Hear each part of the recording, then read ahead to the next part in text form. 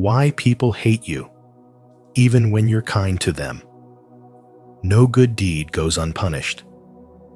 This old saying might feel painfully true if you've ever offered kindness only to be met with coldness, jealousy, or even hatred. But why does this happen? Carl Jung, the father of analytical psychology, believed that acts of kindness can unconsciously awaken the hidden insecurities and shadows in others. In today's video on spiritual wisdom, we'll explore the deeper psychology behind why your light might trigger someone else's darkness. If you've ever been confused or hurt by someone's negative response to your goodness, you're not alone, and this insight may just change the way you see human behavior. What's your experience with this hidden dynamic? Comment below. I'd love to hear your story. And don't forget to like, share, and subscribe for more soul-deep insights like this one. 1. Kindness triggers the shadow. According to Carl Jung, your kindness is not always seen as a virtue. It is often perceived as a threat. This is because your light exposes what others are trying to keep hidden. When you offer compassion, sincerity, or humility, it forces people to see their own lack of it. You don't hurt them by what you do. You disturb them by what you represent. You become a living reflection of what they've abandoned in themselves: integrity, vulnerability, soulfulness. And rather than take the opportunity to grow, they project their discomfort onto you. Their hatred is not a response to your actions. It's a defense against their own unresolved shadow. When you show up in truth, you activate the guilt, envy, or insecurity they've spent years suppressing. Your presence alone becomes a confrontation. It says, look at what you've forgotten, what you've ignored, what you're afraid to heal. Most people aren't ready for that message, so instead of thanking you, they resent you. The man who carries genuine kindness has often walked through fire. He has suffered, lost, forgiven, and evolved not into a perfect being, but into someone deeply real. He no longer wears masks. His soul is not built on approval, but on awareness. And this makes him magnetic and threatening all at once. In a world addicted to surface appearances, a kind man who speaks without manipulation, who helps without expectation, who listens without ego, disrupts the game. His energy cannot be controlled, and so the insecure label it as too much or fake because it doesn't match their emotional code. They mistake depth for weakness and mistake silence for submission. But what they fail to understand is that his calm is born from having already faced his inner chaos. And because he has nothing to hide, his very being challenges those who do. Your kindness becomes a test, not for you, but for those around you. It exposes who is ready for soul-level connection and who still hides behind fear. It shows who can meet you in truth and who will try to cut you down to avoid seeing themselves. When people recoil from your warmth, it's not because you're too much. It's because they feel too little beside you. And rather than do the work to rise, they'd rather watch you fall. But the soul who has faced himself knows better. He understands that hatred, when triggered by goodness, is simply pain with no name. And instead of retaliating, he detaches. He remains kind, not because they deserve it, but because that's who he is. The lighthouse does not apologize for shining. It just continues to stand. Firm, silent, true. And so, the next time someone reacts negatively to your kindness, don't question your light. Recognize the reflection. Understand the discomfort. and walk away with grace, knowing that you were never the cause, you were only the mirror. If you've ever felt misunderstood or rejected simply for being kind, you're not alone. Share your experience in the comments below so others can learn from your journey. And if this message resonates with you, type, "I choose to stay kind, even in the face of shadow," to affirm your spiritual strength. Let's grow through this together. 2.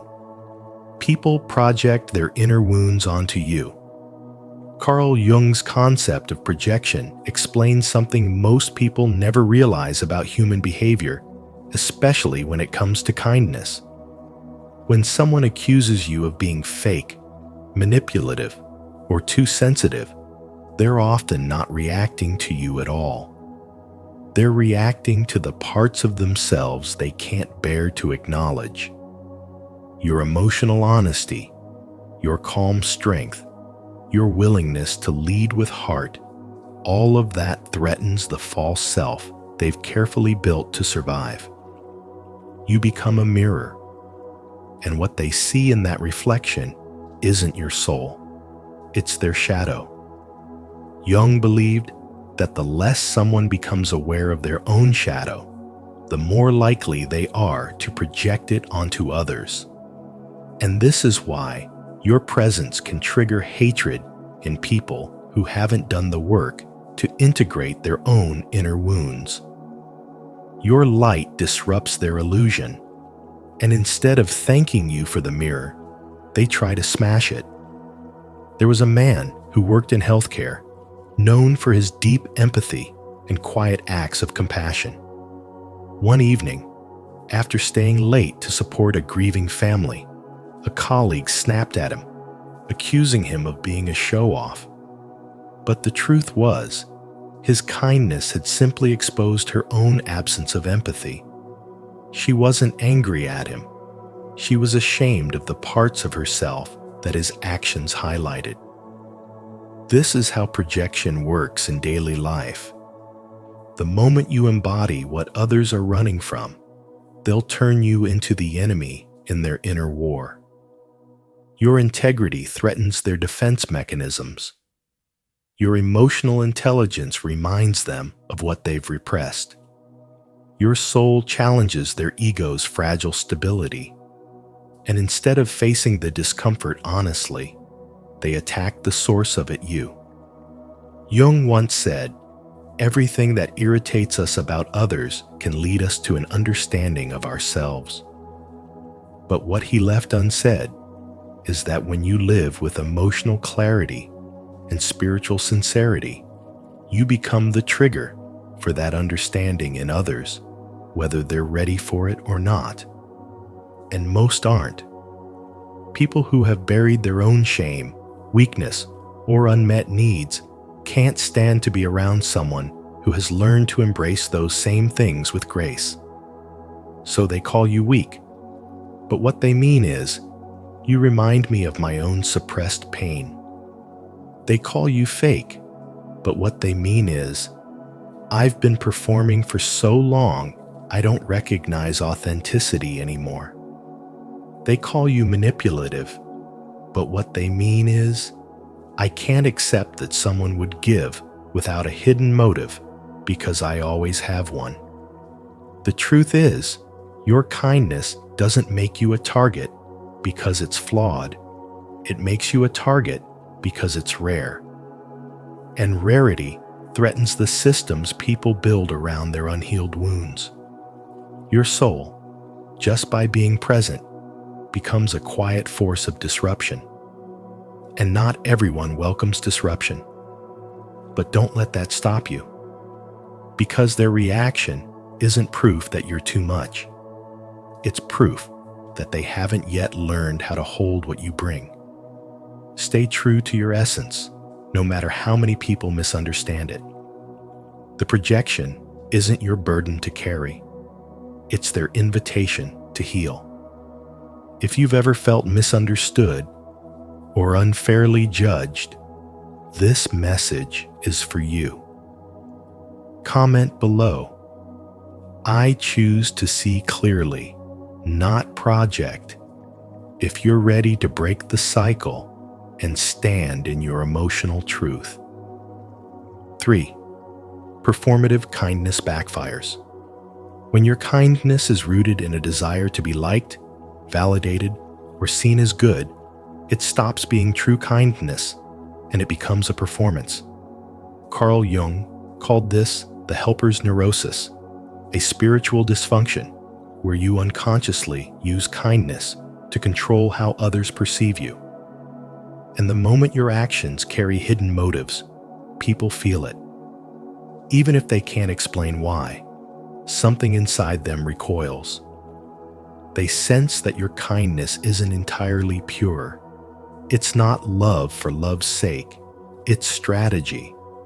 And what you think will earn you appreciation or connection ends up triggering resistance, even hatred, because people can feel when they're being emotionally managed, even through something as noble sounding as generosity.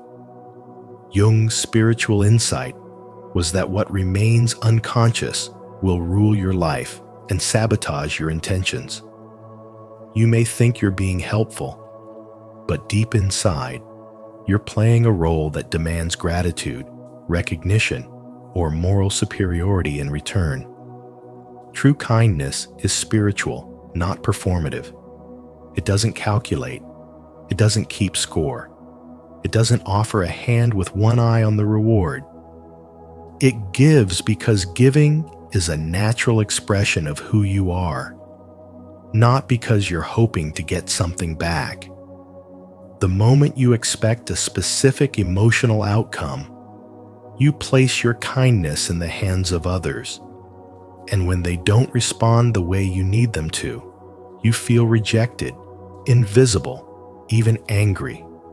That's when the shadow shows itself, not because you're unkind, but because your kindness was never clean.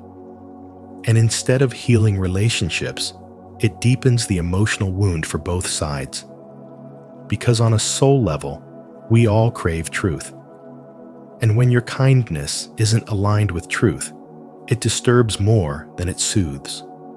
It becomes a mask that hides fear, neediness, or the desire to control.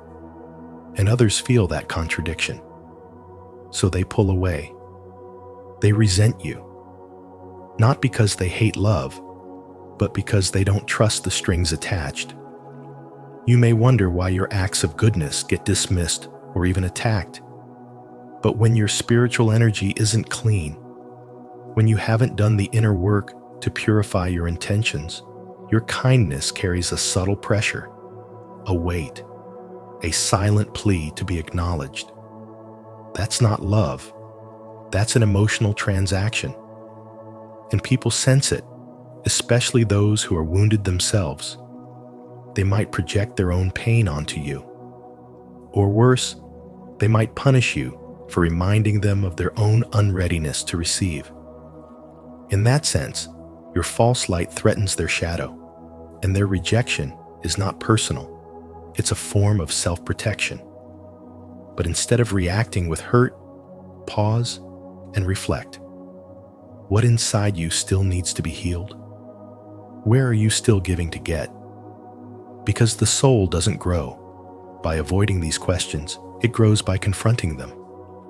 Kindness, when authentic, is a spiritual act of liberation. It sets both the giver and the receiver free. But kindness laced with need is a spiritual leash, silently pulling others toward the version of them you want them to be. So if you truly want to love, let go of needing to be seen as loving. If you want to help, release the urge to be seen as helpful. And if you want your kindness to be trusted, strip it of expectation. What's left is real, and that's the only thing that touches the soul. If this message made you reflect on the real motives behind kindness, don't forget to like, subscribe, and share your thoughts in the comments below. Let's keep uncovering the deeper truths of the human psyche together. 4. True kindness requires boundaries. Kindness without boundaries is not virtue. It's slow spiritual erosion. When you give and give without self-protection, you don't appear strong. You appear available for exploitation. Carl Jung made it clear. True kindness must come from a place of inner strength and deep self-awareness, not a desperate need to be accepted or liked. The moment your soul starts bending just to keep the peace, you are no longer being kind. You are betraying yourself. And over time, this quiet self-betrayal transforms into resentment, exhaustion, and confusion about why the people you help the most are often the ones who hurt you the deepest. That's because unchecked kindness invites projection. People don't just see you. They project their unresolved shame, envy, or insecurity onto you. Your calm energy becomes a mirror to their inner chaos. Your compassion reminds them of their lack. Your generosity irritates what they have repressed. And instead of gratitude, what you often get is hostility or passive aggression, not because of who you are, but because of what you reflect. Boundaries are not walls to push people away. They are sacred doors that protect the sanctity of your soul. When you operate without them, your kindness gets hijacked by guilt, fear, and emotional survival patterns. You become the man who always fixes, always listens, always sacrifices, but no one notices when your cup is empty. Jung's wisdom is piercing here. A man disconnected from his shadow, from his own limits, is not whole. And without wholeness, kindness becomes currency for approval, not an expression of love. When you set a boundary, you're not being selfish. You're being spiritually intelligent. You're saying, my soul matters too. You're choosing substance over performance, alignment over appeasement. And in a world that confuses people-pleasing with goodness, that kind of clarity is revolutionary. Many men have been conditioned to associate worth with usefulness. We are taught to provide, protect, solve. But if we are constantly pouring into others without honoring our own emotional thresholds, we become shells externally functional, but internally fading. Real strength is knowing where you end and another begins. Real maturity is saying no when your soul whispers that you're being drained. True kindness is rooted in sovereignty, not sacrifice. It flows not from weakness, but from a deep well of self-respect. And only from that place can love become sustainable, where giving no longer means losing yourself, and helping no longer feels like bleeding. So the next time you feel guilty for pulling back, for saying no, or for not showing up in a way that depletes you, remember this. Kindness without boundaries is self-abandonment dressed as virtue. Your soul was not designed to be a landfill for other people's emotional garbage. It was designed to shine, to serve, to love, but only when anchored in truth. Jung didn't just teach psychology. He taught men how to reclaim their soul. Boundaries are not rejection. They are remembrance. Remembrance of who you are, what you value, and how sacred your energy truly is. Do you believe that true kindness includes protecting your peace? If so, declare it in the comments. My kindness has boundaries, and I honor my soul. 5. Kindness disrupts social and group dynamics. Your kindness doesn't just soften the air in a room, it unsettles it. In a world where power is performed through control, sarcasm, and emotional detachment, someone who chooses warmth and authenticity becomes a silent disruptor. You're not disrupting through noise, but through presence.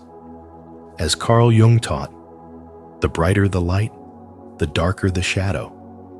And your light threatens what others have buried. Your compassion is not just an act, it's a frequency. It vibrates higher than the social masks people wear to survive. When you show up without pretense, without cruelty, without needing to dominate, you awaken something that the ego has worked hard to suppress. Vulnerability, conscience, truth. This is why people who've abandoned their soul's softness often project their unresolved shame onto you. Not because you've done harm, but because your spiritual presence reminds them that they once believed in gentleness too, before they traded it for social survival. In many environments, whether at work, within families, or among friends, there is an invisible code. Play the game. Don't care too much. Be clever. Stay distant. When you break that code simply by being real, you become the outsider. Not because you're broken, but because you won't participate in collective denial. You've become the mirror. And just like James, a man whose quiet integrity disrupted his entire corporate office, your presence becomes the evidence that goodness still exists and that threatens those who have built identities on manipulation and performance. They may call you naive, too soft, or unrealistic, but these are just masks for their discomfort. Carl Jung explained that the individual who integrates their light and shadow walks a path of wholeness. But most people run from that integration, preferring the numb safety of their conditioned selves. So when someone like you enters the picture, whole and sincere, they feel unsafe not because you harm them, but because you reveal what they've lost touch with inside themselves. Your soul doesn't just operate on kindness, it emits spiritual pressure. And that pressure exposes the emotional fractures in others. It's not your job to fix them, and it's not your responsibility to shrink. The group may turn on you because, unconsciously, they feel judged by your mere existence. But this isn't personal, it's archetypal. You're not just being rejected by people, you're being rejected by a collective shadow that can't yet hold the weight of your spiritual clarity. And that's why you must protect your light without apology. Carl Jung reminds us that kindness isn't weakness, it's sacred rebellion. So when your compassion is met with contempt, don't retreat. That reaction is proof that your frequency is doing what it's meant to do. Awaken. Not everyone will thank you for that, but the few who are ready will never forget the soul who reminded them that softness is strength, and that the most powerful presence in the room is not the loudest, but the most spiritually awake. Are you ready to stand firm in your light, even when it challenges the world around you? If so, comment below. I choose authenticity to show your commitment to disrupting the system with truth and compassion. 6. Emotionally unhealed people sabotage their own healing. Some people are not afraid of pain, they're afraid of healing. Carl Jung revealed a spiritual paradox that many don't want to accept. Emotionally unhealed individuals often sabotage their own path to peace. They've built their identity around being a victim, and your kindness threatens that identity. It suggests that change is possible, that healing is within reach, and that terrifies them. So instead of embracing your compassion, they reject it, often with hostility or coldness, not because your kindness is wrong, but because it exposes the lie they've been telling themselves that they're broken beyond repair. For someone who has lived in the comfort of their wounds, healing feels like death to the self they've known.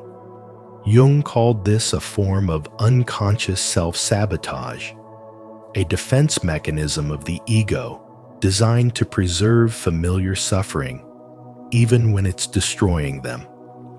Your kindness holds up a mirror, reflecting the possibility of wholeness, and that can feel unbearable for someone who isn't ready to let go of their pain. They may accuse you of arrogance, insincerity, or naivety, but beneath it all, they're battling their own soul's cry for transformation. This is why spiritual people often find themselves misunderstood or resented. Your presence carries light, and that light disturbs the shadows others have grown used to. Your compassion activates their shame. Your gentleness reminds them of everything they've hardened themselves against. And while it may seem personal, it rarely is. As Jung said, people will do anything, no matter how absurd, to avoid facing their own souls. They project their resistance onto you, not because you are wrong, but because your love challenges their limits. Their rejection is not an attack on your worth. It's a defense of their pain. That's why even the most genuine acts of kindness can trigger rage in someone who hasn't made peace with their past. They don't want healing. They want familiarity, even if that familiarity is filled with sorrow. It's not your job to fix them, and it's not your fault if they cannot receive what you offer. Your spiritual energy may be exactly what their soul needs, but that doesn't mean they're ready for it. When you offer love and it's met with contempt, don't shrink. When your empathy is mistaken for manipulation, don't change. Your role is not to force growth, but to remain aligned with your own. If your kindness triggers hatred, see it for what it is, a reflection of their internal war, not a judgment of your spirit. Some souls awaken slowly, painfully, and only after the walls they've built around themselves collapse. Until then, be wise enough to offer your light without expecting it to be understood. You were not meant to save everyone. You were meant to live in truth, to radiate love, and to walk away peacefully when your light is too much for their shadows. Don't forget to subscribe for more wisdom on breaking free from emotional patterns and reclaiming your healing power. 7. The goal is individuation, not pleasing others. Carl Jung's ultimate teaching is that your life is not about being liked, it's about becoming whole. The goal is individuation, a deep psychological and spiritual process where you stop living to please others and start living from the truth of your own soul. When a man operates from this center of authenticity, his kindness is no longer a currency to buy acceptance. It becomes an expression of inner strength. But that's precisely why it triggers discomfort, even hatred, in others. Because when your kindness comes from wholeness, not from fear, manipulation, or need, it holds a mirror to others' inner fractures. It confronts them with their own masks, their emotional dependency, and the lies they've built their lives upon. And so, instead of gratitude, you get resistance. Instead of warmth, you may be met with coldness or envy.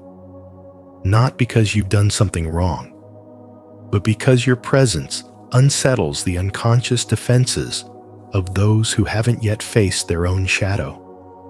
Jung said, "The privilege of a lifetime is to become who you truly are."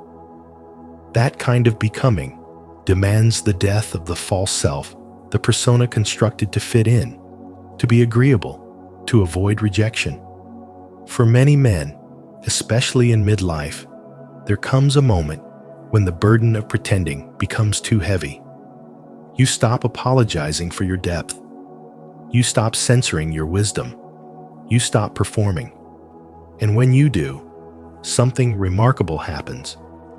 You step into your own psychological sovereignty.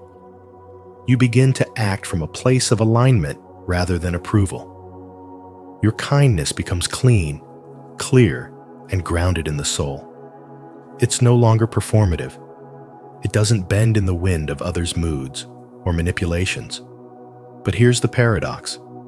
The purer your kindness becomes, the more it exposes the impurity in others.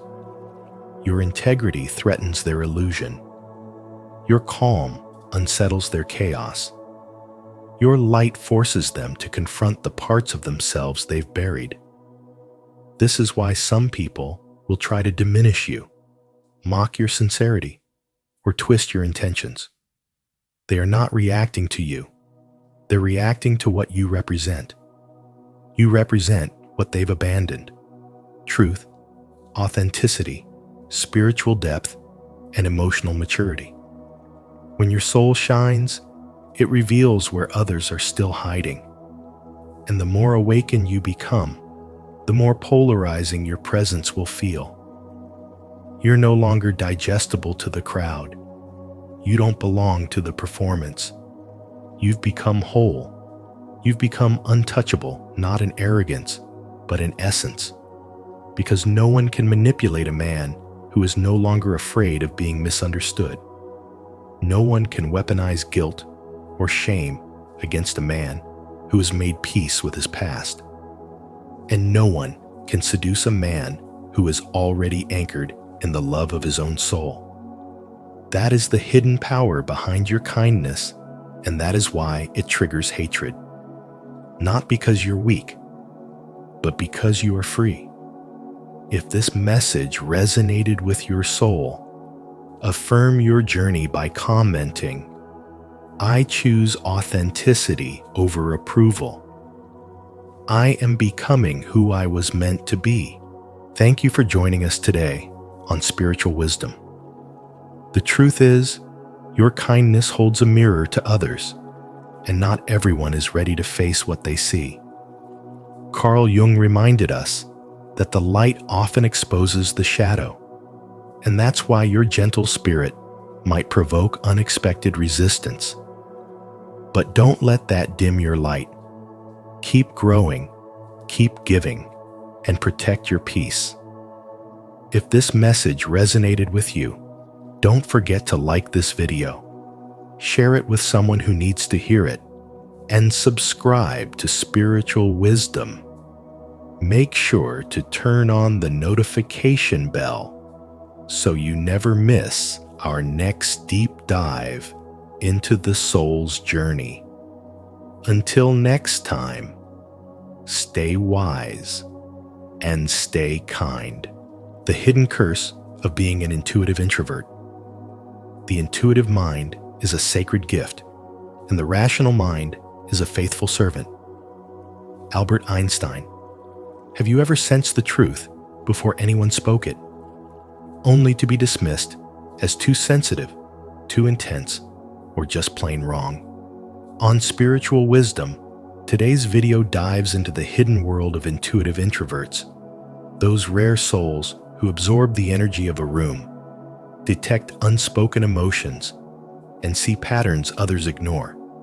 Carl Jung believed this personality wasn't just rare, it was a burden in a world that doesn't believe what it cannot explain.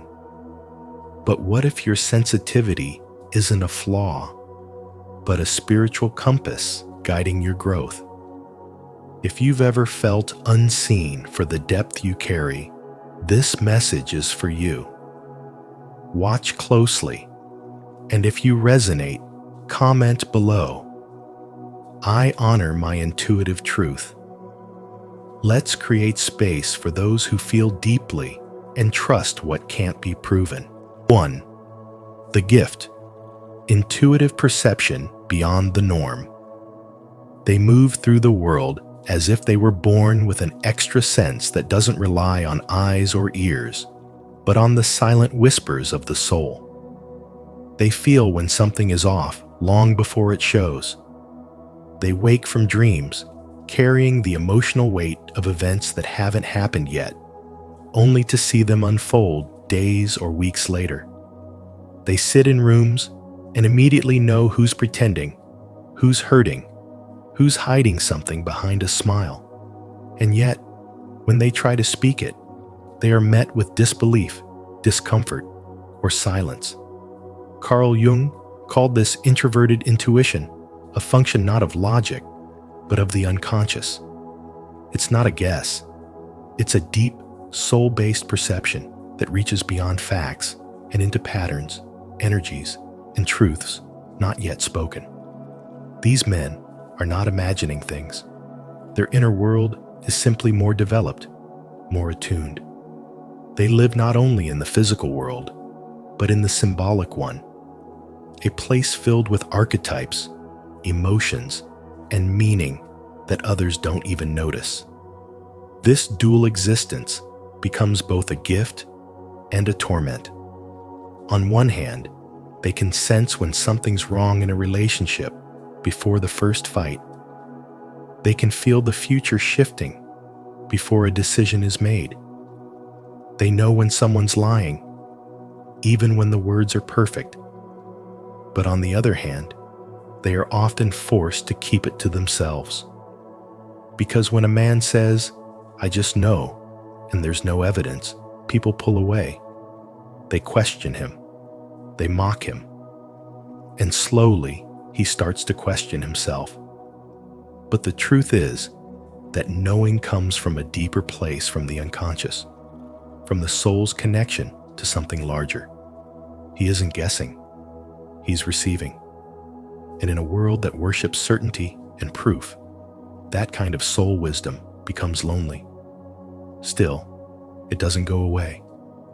It keeps showing up, quietly, persistently, asking to be trusted. These men often suffer in silence. They sense betrayal before it comes, danger before it arrives, endings before they're acknowledged.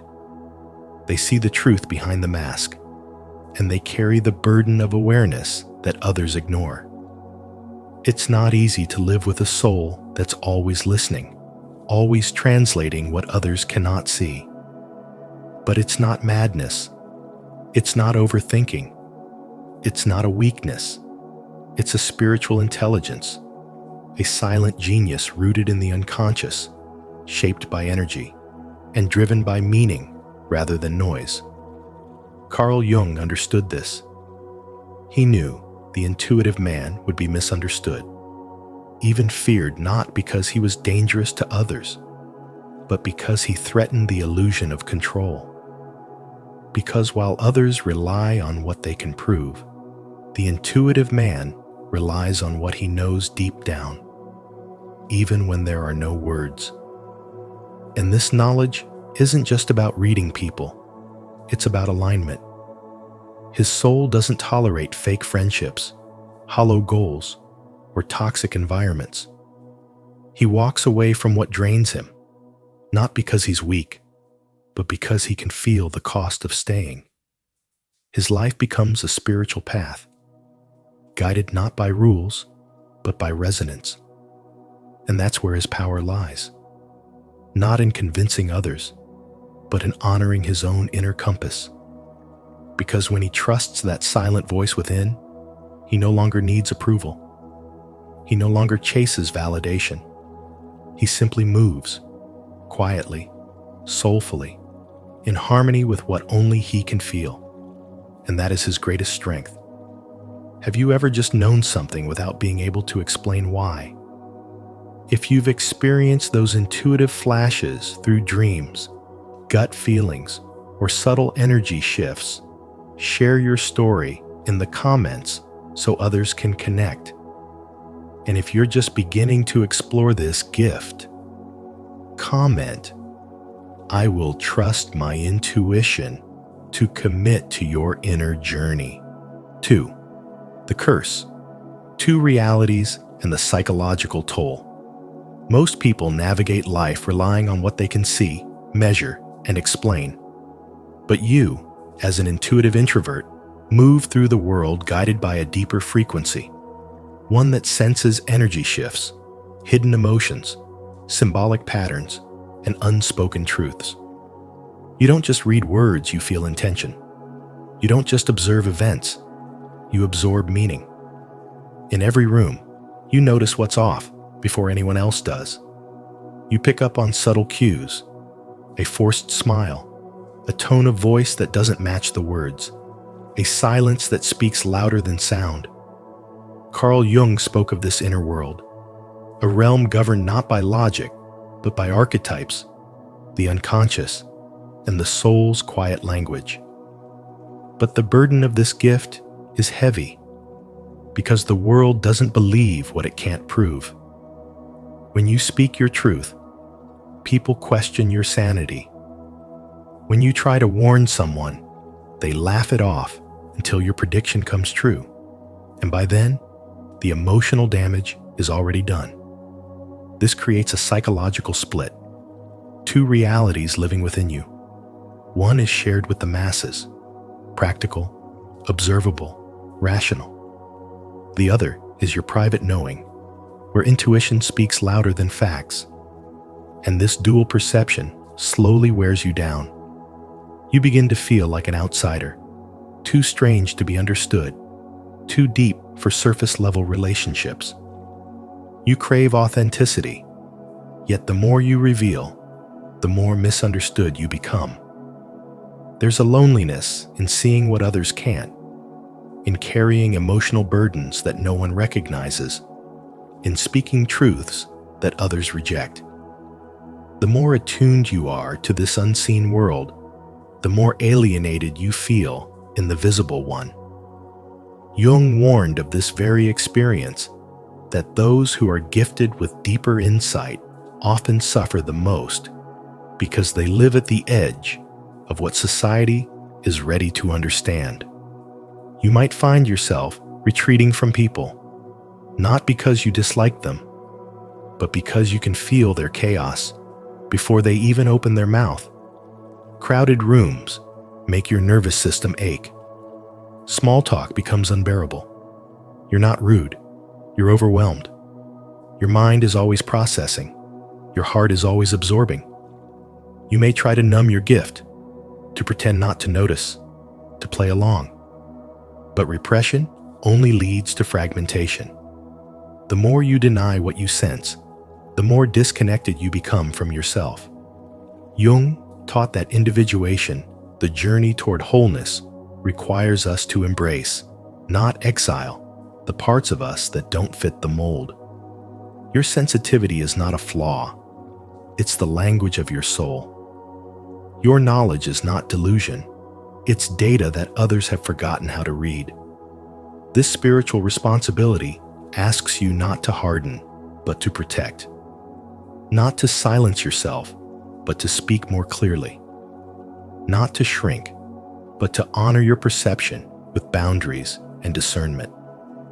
The path of the intuitive introvert is not easy. It is sacred. You are here to see what others ignore and to remind them when the time is right of what they have forgotten. This isn't about proving anything.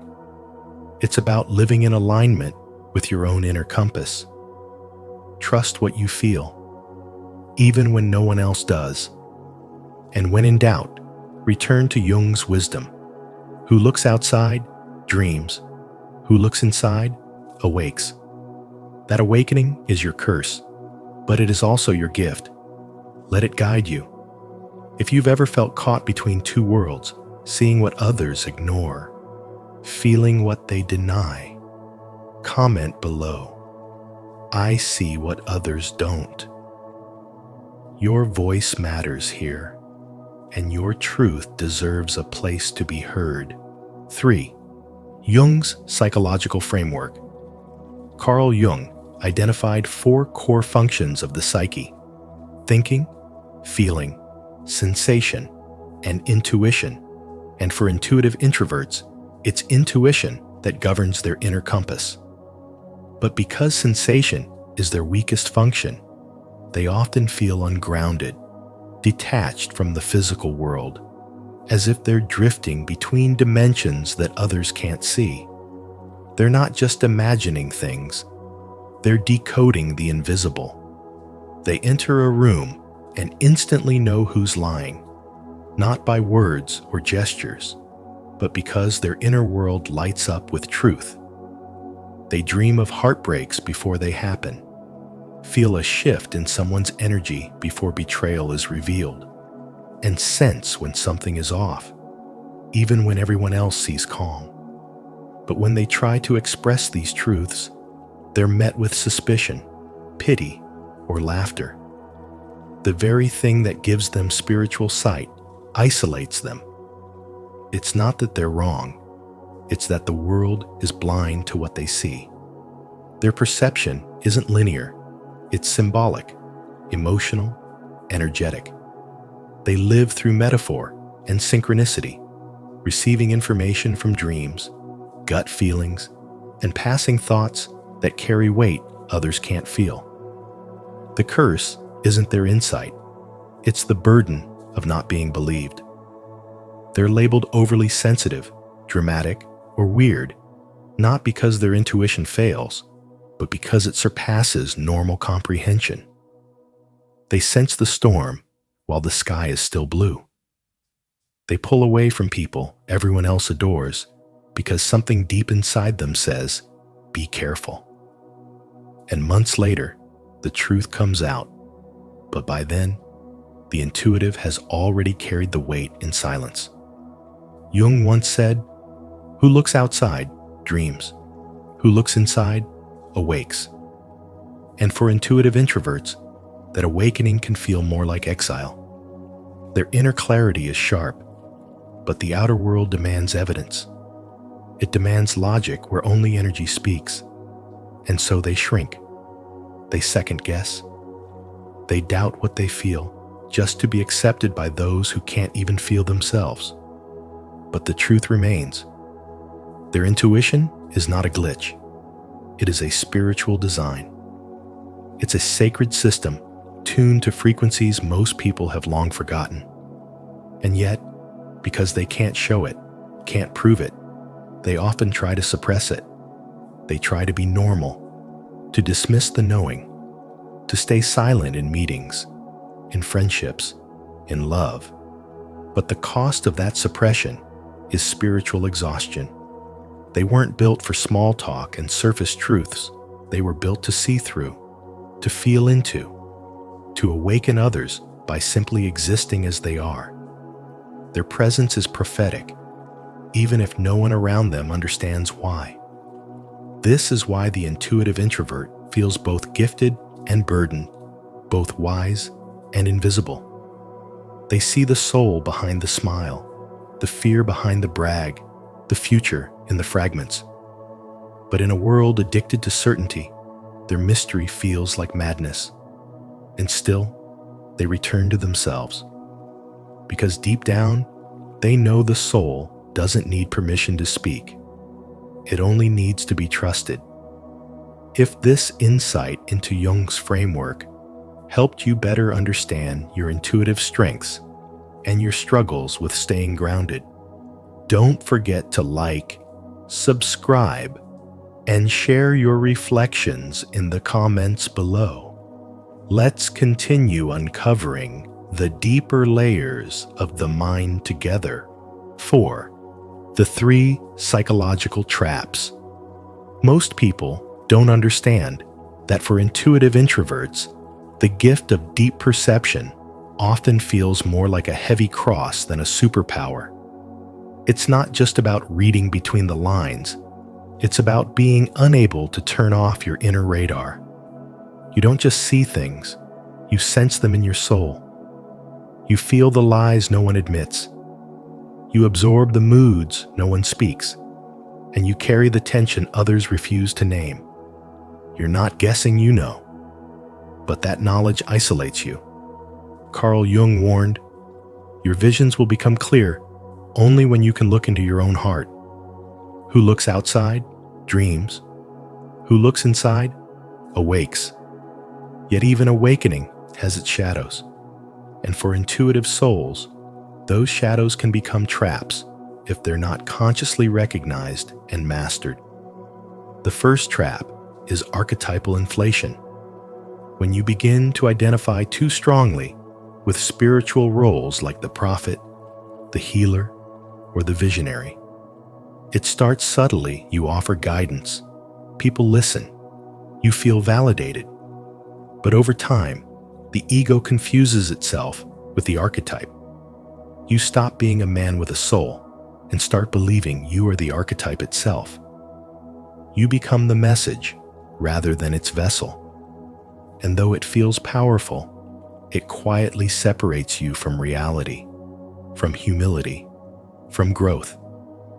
You stop relating to others as equals and begin operating from a pedestal no one asked you to stand on. The soul becomes consumed by its own reflection and forgets its purpose.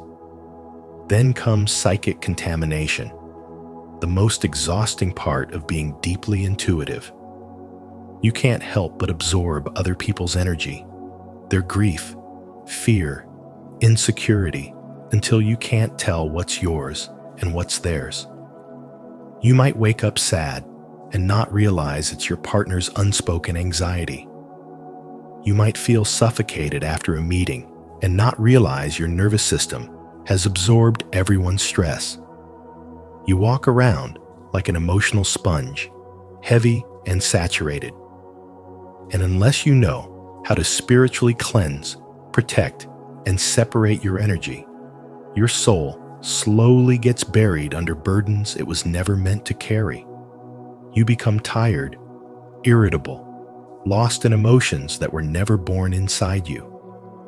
But perhaps the most deceptive trap is possession by the unconscious. This is when your inner world becomes so loud, so symbolically charged, that you start living more in dream logic than grounded reality. You see signs in everything. A crow becomes a prophecy. A coincidence becomes a command. You start waiting for the universe to speak instead of making decisions. You stop acting and start watching, interpreting every single thing as if it's part of some divine chessboard. It feels spiritual, but it's actually disorienting.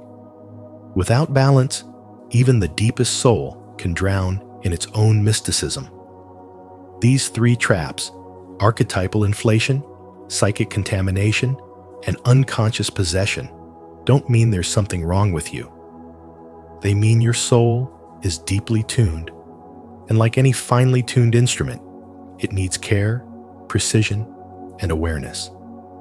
To walk this path is to learn how to feel deeply without losing yourself, how to sense truth without abandoning logic, and how to carry light without burning out. The intuitive soul is not here to escape reality. It's here to illuminate it.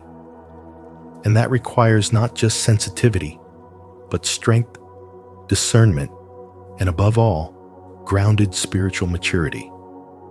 Do any of these psychological traps feel familiar to you? Comment, "I've been there," if you've experienced them, or "Still exploring," if you're just starting to recognize them. And if this gave you clarity, don't forget to like, subscribe, and turn on notifications so you won't miss what's coming next. 5. Stage 1. The gift feels magical. You discover your gift when you're still young, long before you have the words to explain it. You feel what others are hiding. You know when someone's lying, even if their face shows nothing, and you can sense what's coming before it arrives. You see connections others miss between people, events, energy, and outcomes. At first, it feels magical, like you're chosen, touched by something divine.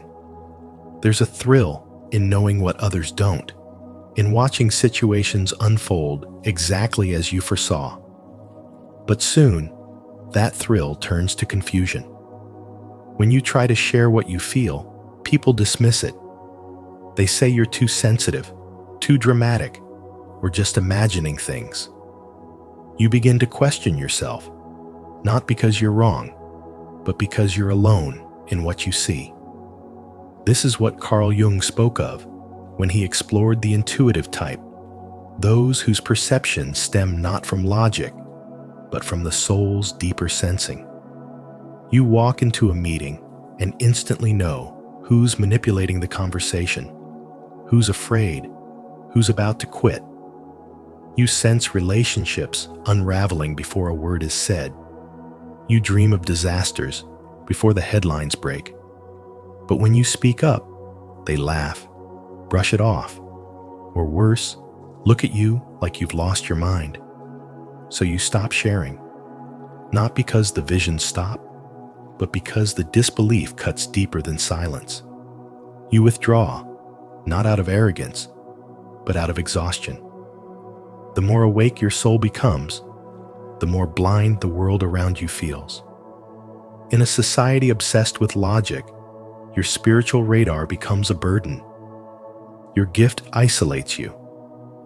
You walk through life knowing too much, feeling too much, and carrying the weight of truths no one else will claim.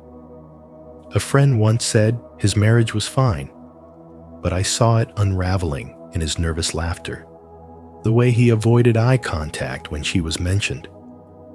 I knew he was pretending, and months later, when it all fell apart, he asked how I knew. I didn't know how, I just felt it. That's the reality of the intuitive introvert. You're not guessing. You're tuned into something ancient and unspoken. Carl Jung said, "Your vision will become clear only when you look into your heart." But clarity can be isolating. You're the one who notices the shift in someone's tone before they realize they're upset. You sense when something is spiritually off, even if all the facts seem fine. This sensitivity isn't a weakness, it's depth. It's a form of spiritual perception that reads the emotional and energetic fields most people ignore. Over time, this gift forces you to create distance, not because you don't care, but because you feel everything. The problem isn't your intuition, it's that the world forgot how to listen to the language of the soul. You're not broken. You're just ahead of your time. You were born seeing what others spend decades trying to find, and your journey now is not to prove yourself to them, but to trust yourself, ground your gift, and protect your energy. Because this curse only feels like one when you seek validation from those who cannot see. The real task is to turn inward, honor what you feel, and remember that your sensitivity is not your flaw, it's your superpower. If you're still here, comment, "I'm awakening" below. Your voice helps us shape this journey, and your presence truly matters. 6. Stage 2. The curse emerges. You sense things before they're said. You feel the tension no one talks about, the sadness behind someone's smile, the betrayal that hasn't yet unfolded. It's not guesswork, it's a knowing that lives in your bones. You try to explain what you feel, but people dismiss you, misunderstand you, or accuse you of overthinking. So you begin to hide it. You start living a double life. On the surface, you laugh at the right times, say what's expected, and appear calm. But inside, you are flooded with spiritual impressions, subtle shifts in energy, invisible patterns playing out in every conversation. You're not just picking up emotions, you're absorbing them, and it's exhausting. The more you sense, the more others seem to resist your truth. You don't even have to speak it, your presence alone feels like a mirror they didn't ask for. They feel exposed, not because you judge them, but because you see through them. Carl Jung said, "Knowing your own darkness is the best method for dealing with the darkness of other people. But when your presence reflects their hidden wounds, many would rather reject you than face themselves. Over time, your insight becomes a curse. You second-guess your inner voice. You start wondering if something's wrong with you. You become isolated not because you want to be alone, but because the surface world feels hollow. Shallow conversations drain you. Loud rooms overwhelm you.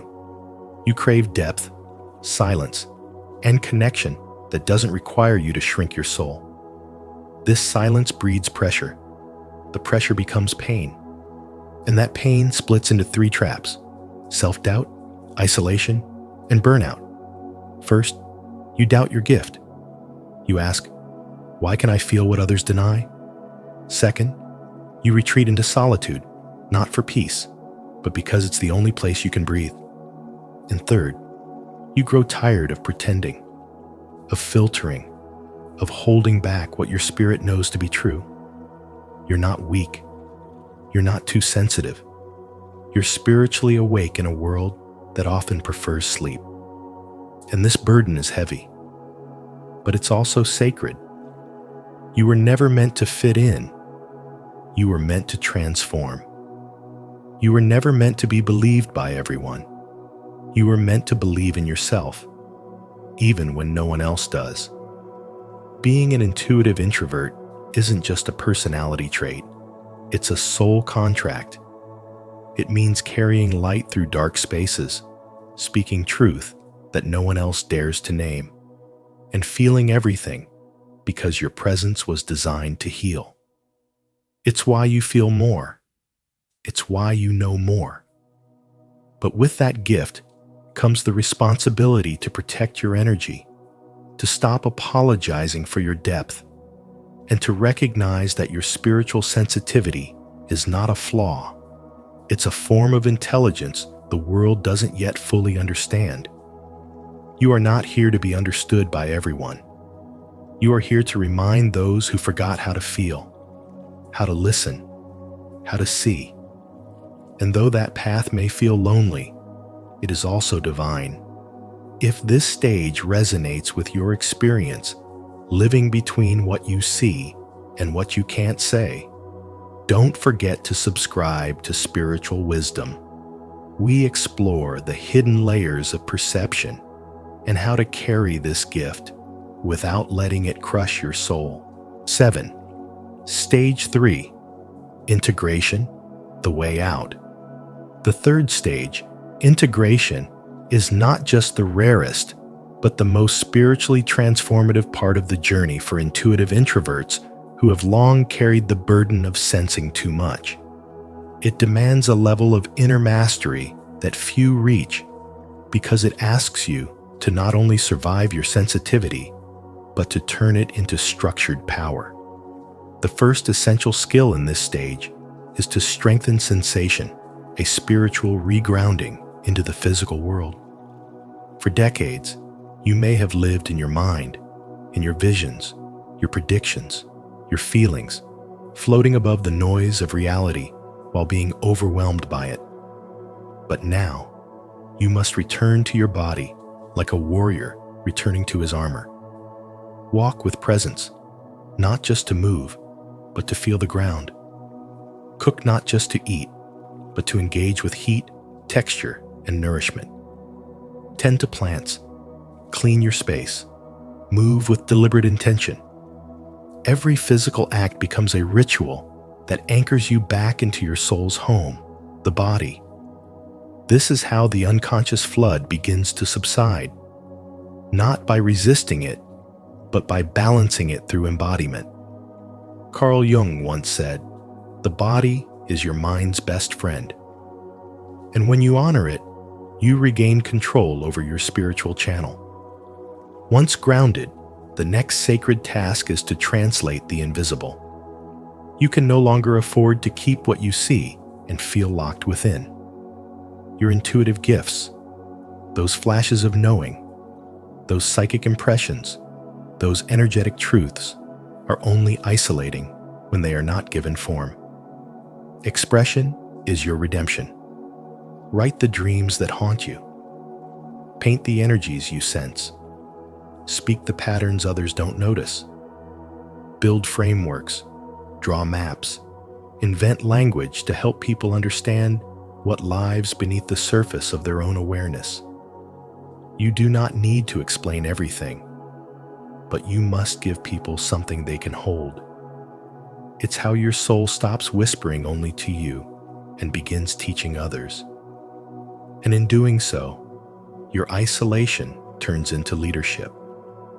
Jung believed the soul was both the source of deep feeling and deep creativity, and when those two meet, transformation is inevitable.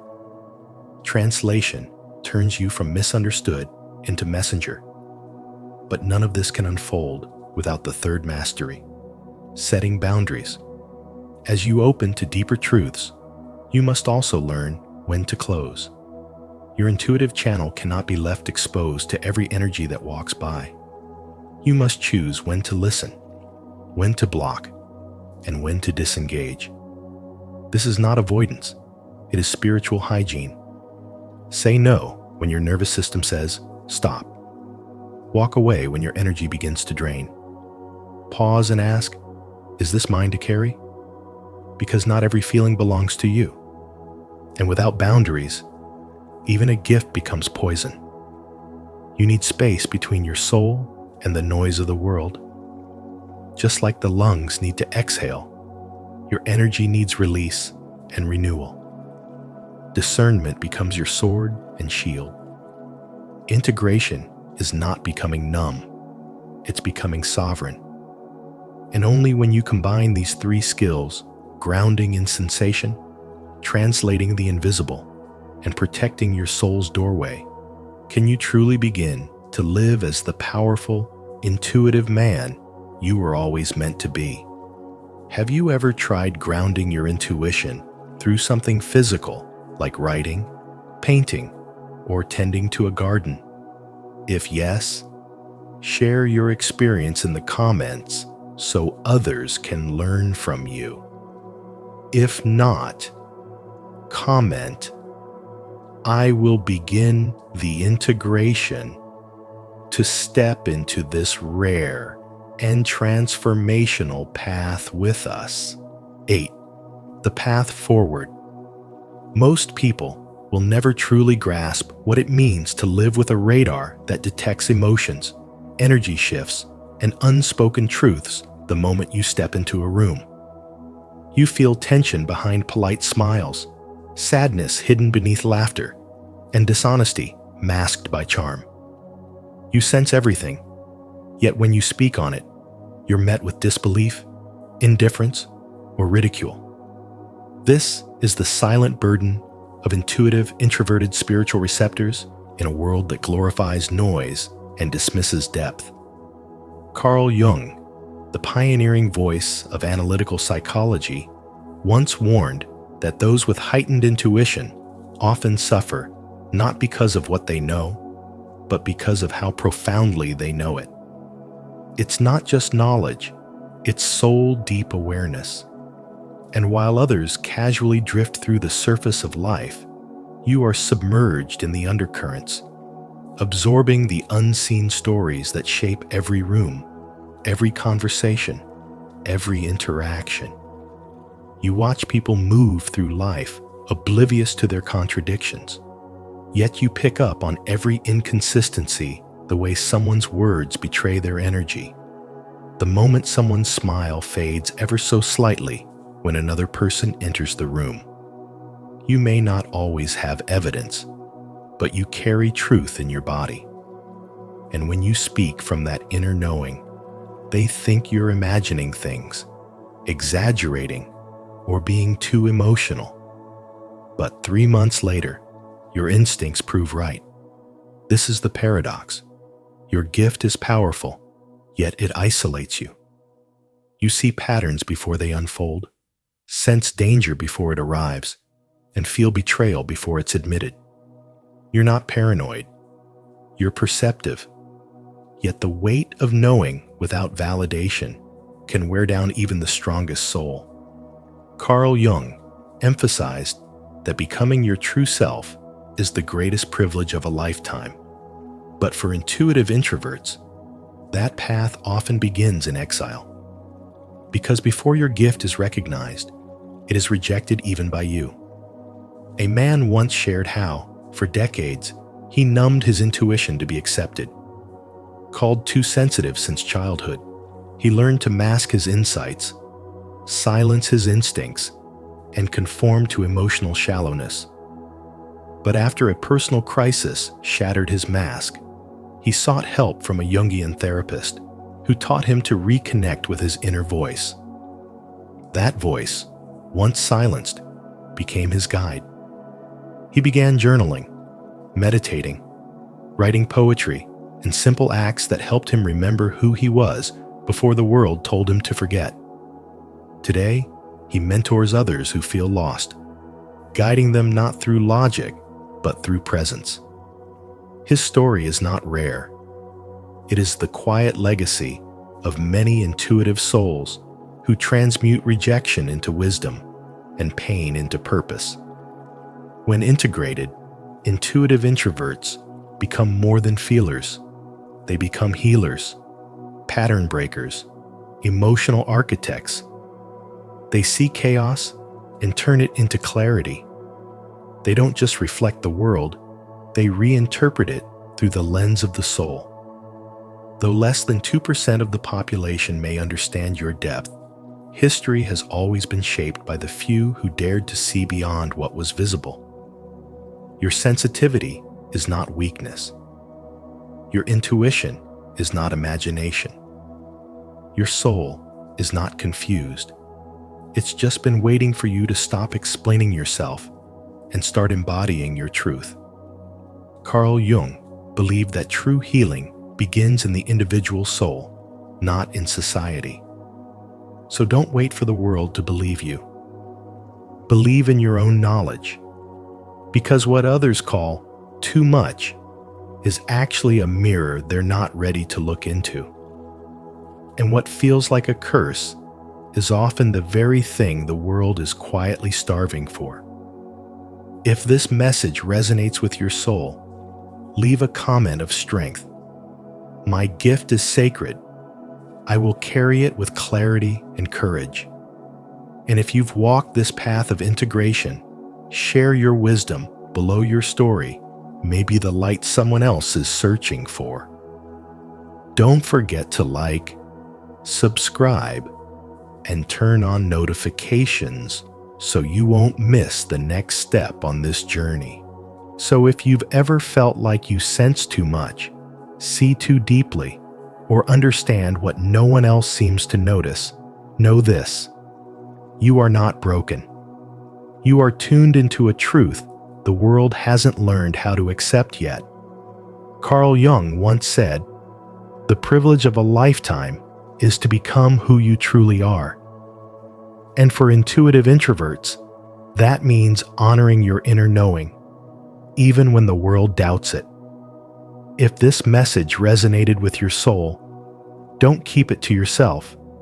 Give this video a like, share it with someone who needs this reminder, and subscribe to Spiritual Wisdom. Make sure to turn on the notification bell so you never miss our upcoming insights on psychology, spirituality, and transformation. Until next time, trust what you sense, even if no one else does.